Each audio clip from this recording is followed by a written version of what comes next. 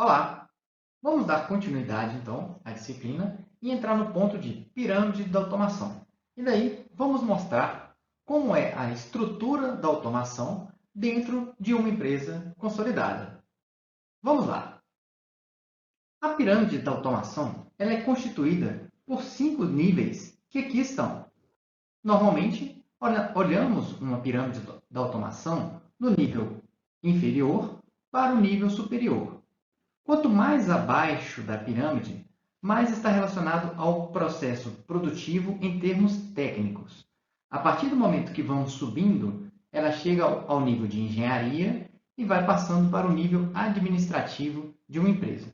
De forma que todos esses níveis devem estar contidos na parte da automação industrial. Então vamos lá. Para o primeiro nível, nós temos aqui o nível de instrumentação, controle e atuação. É neste nível que vai estar a parte de instrumentação ou leitura dos dados de uma planta industrial, a parte de controle, que normalmente é gerida ou executada por um controlador lógico programável, e a parte da execução, que seriam os atuadores que irão efetivamente fazer com que alterem os parâmetros de uma planta em função das informações coletadas pela parte da instrumentação. Passando então do nível 1 para o nível 2, no nível 2 é onde está a parte de supervisão e a interface homem-máquina, que seria normalmente numa indústria de grande porte, aquelas grandes telas que a gente visualiza, onde um operador pode realizar controle através dessa tela e esse controle ele vai poder atuar na planta. Então, tomando a planta como nível 1, ou o chão de fábrica, estando aqui, o nível 2 conseguirá enviar informações para esse nível 1, de tal forma que ele consiga atuar, né, no sentido de sai do nível 2 de informação para o nível 1, então está atuando no nível 1, mas ele pode também monitorar o que está acontecendo no nível 1. Ou seja, a informação sai do nível 1 e passa agora para o nível 2. No nível 3, né, seria o controle do processo produtivo.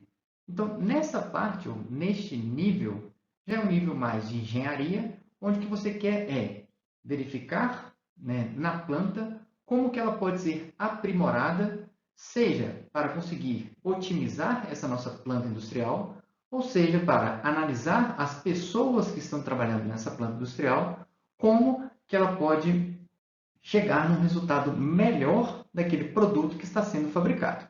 Então, nesse nível 3 é onde a empresa ou a indústria ela está focada em obter resultados no tipo de produtividade e no tipo de qualidade daquele produto que está sendo fabricado. Então, a engenharia está responsável nesse nível 3. Passando agora para o nível 4 da pirâmide da automação, nós temos a parte de logística, planejamento e controle de suprimentos. Então, nessa parte aqui, é que a empresa vai conseguir definir se ela vai conseguir produzir aquilo em um determinado tempo e se ela tem recursos para realizar aquela produção. E onde é definida essa produção, ou o que será produzido? Isso é definido no nível 5, que seria o nível gerencial da empresa, onde nesse ponto é que a empresa verifica com o mercado o que o mercado deseja e vai verificar, eu tenho condições de produzir esse produto.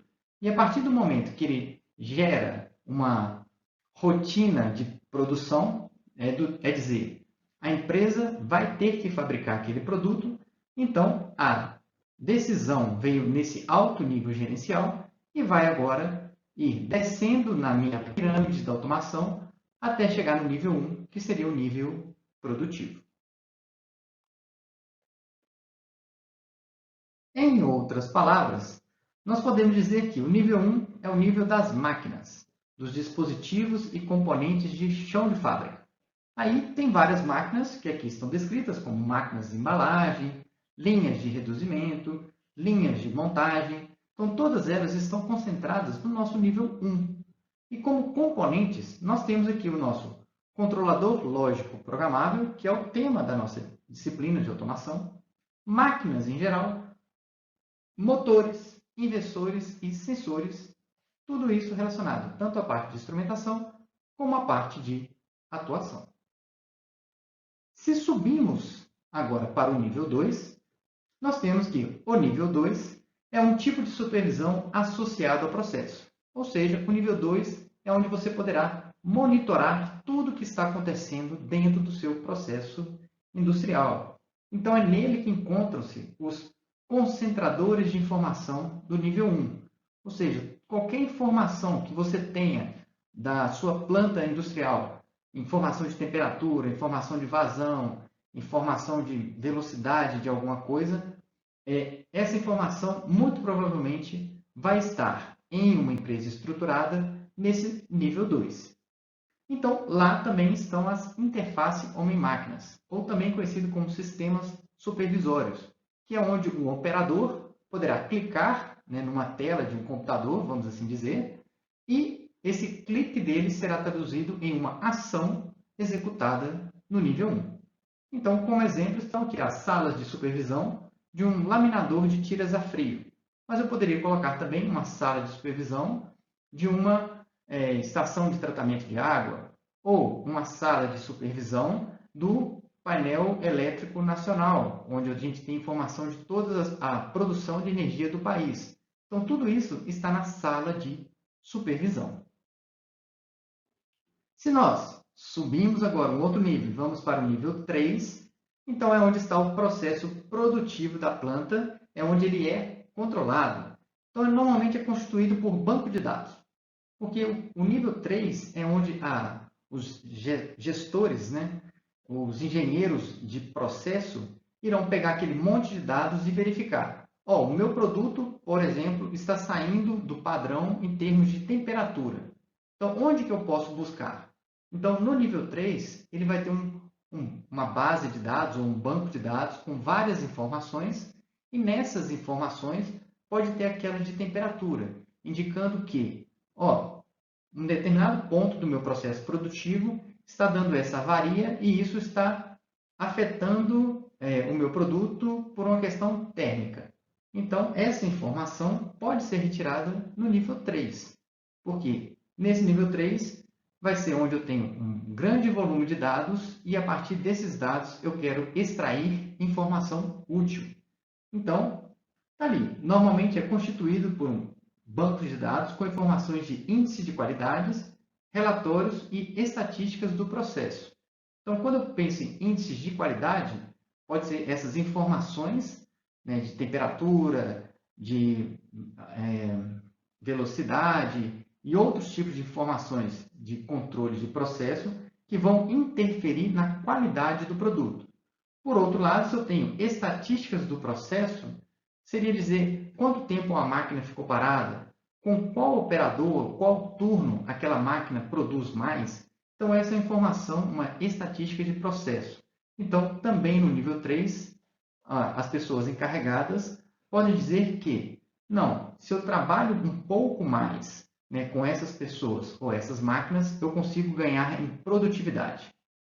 Por sua vez, em termos da qualidade, seria, eu posso trabalhar com esses dados, analisar qual ponto do meu processo está tendo problema, gerando problemas no produto final, e atacar pontualmente. Então, seria análise dos dados para melhoria da qualidade. Daí, se subimos agora para o nível 4, é o nível então responsável pela programação e planejamento da produção, realizando o controle e a logística dos suprimentos. Então, resumindo, seria, ele vai controlar os suprimentos e o estoque, e saber se a empresa ou a indústria estará apta a produzir aquele determinado item que foi solicitado para produção pelo nível 5.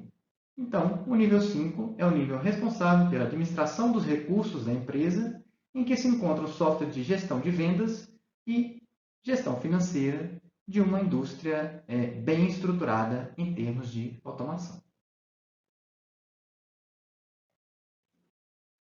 Voltando um pouco no tempo e relembrando esta figura que aqui está, temos aqui a nossa indústria de processamento, a indústria de manufatura. Mas queremos o foco agora no controle de processos e na automação da manufatura.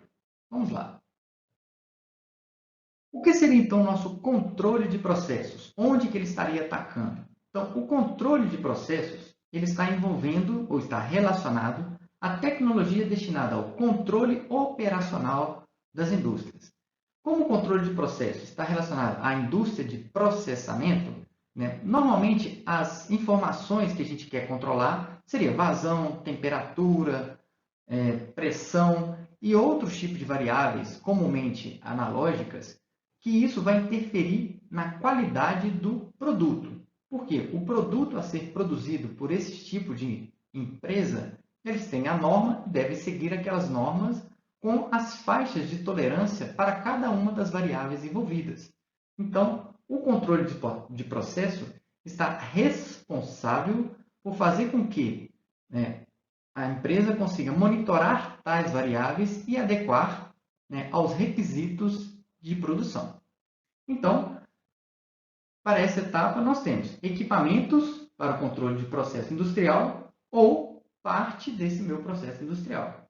E, além disso, nós temos os algoritmos de controle e regulagem, normalmente quando a gente trabalha com controladores lógicos programáveis, ou então outras estratégias de controle que não necessariamente precisa estar em um controlador lógico programável, mas que comumente estariam aplicando técnicas de controle tais como os PD e controles inteligentes através de redes neurais ou através de controle fuzzy. Então, aqui para o controle de processo, vamos dizer de algumas indústrias de processamento, onde o produto final seria bobinas de papel, como é o caso dessa primeira figura, uma indústria petroquímica, como é o caso dessa outra indústria que aqui está, e, por fim, uma indústria siderúrgica na etapa de laminação, e aqui as nossas barras como produtos finais ou insumo para as outras indústrias da manufatura.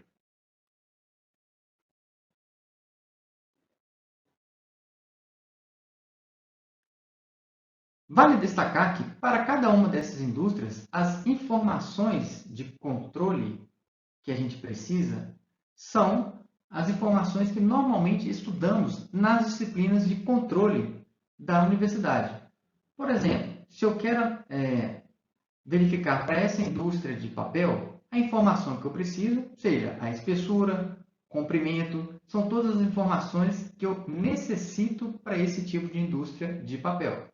Para o caso da indústria petroquímica, as informações relevantes são a temperatura, a pressão, a vazão, a altura da coluna que aqui está, do líquido que está nessa coluna, são informações relevantes, assim como para a indústria siderúrgica, a informação térmica do material ela é muito importante. Então, entender qual é o tipo de variável que nós focamos em cada tipo de indústria. Se vamos agora para a automação da manufatura, o objetivo é a otimização do processo produtivo.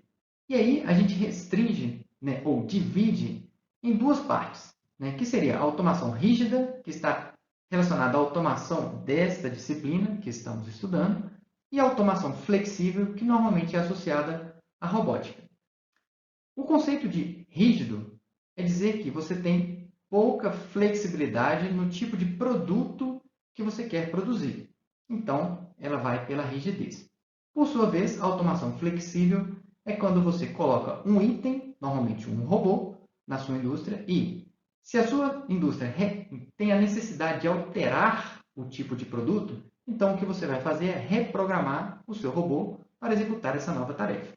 Então, aqui nós temos um exemplo de automação rígida no setor farmacêutico. Então, temos aqui colocando comprimidos nas cartelas. Então, isso é rígido, não vai mudar. O tamanho do comprimido não vai mudar. Ele vai produzir simplesmente esse tipo de produto. Então, automação rígida, ela só executa aquele tipo de função. Agora, por outro lado, nós temos aqui uma outra indústria, onde temos um manipulador executando uma tarefa de paletização.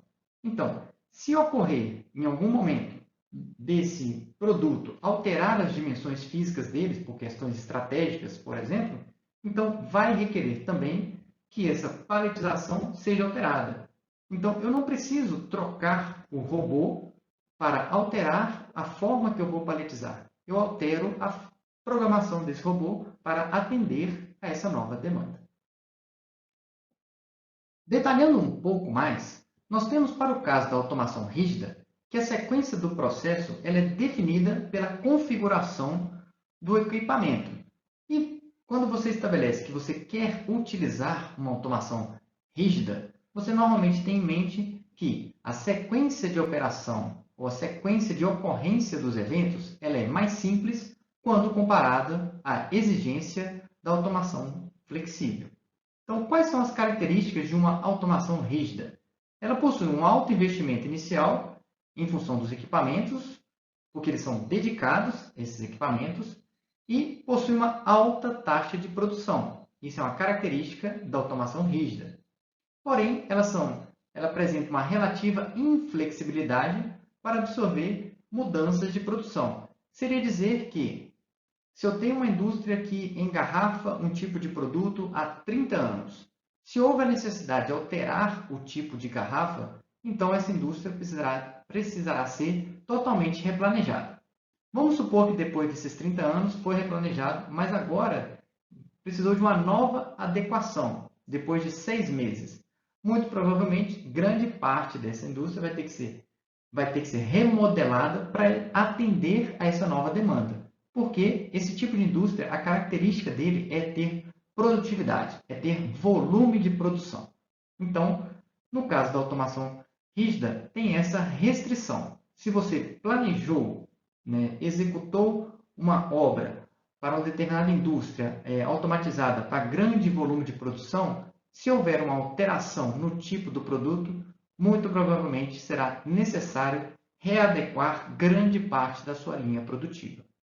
Daí, nós temos que a automação rígida ela tem um alto investimento inicial, mas ele pode ser dividido ou diluído esse custo em função do número imenso de produtos que serão produzidos naquela linha. Quando nós temos uma automação flexível, nós temos que ela é composta de equipamentos com a capacidade de mudar a sequência de operações. Ela pode se adaptar a novas configurações da produção.